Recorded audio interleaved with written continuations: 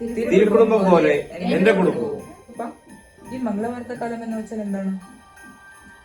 നമ്മുടെ കർത്താവായ ഈശോമിശിഹായുടെ ജനനം ഗബ്രിയേൽ മാലാഖ പരിശുദ്ധ കന്യകാമറിയത്തെ അറിയിക്കുന്ന സംഭവമാണ് മംഗളവാർത്ത.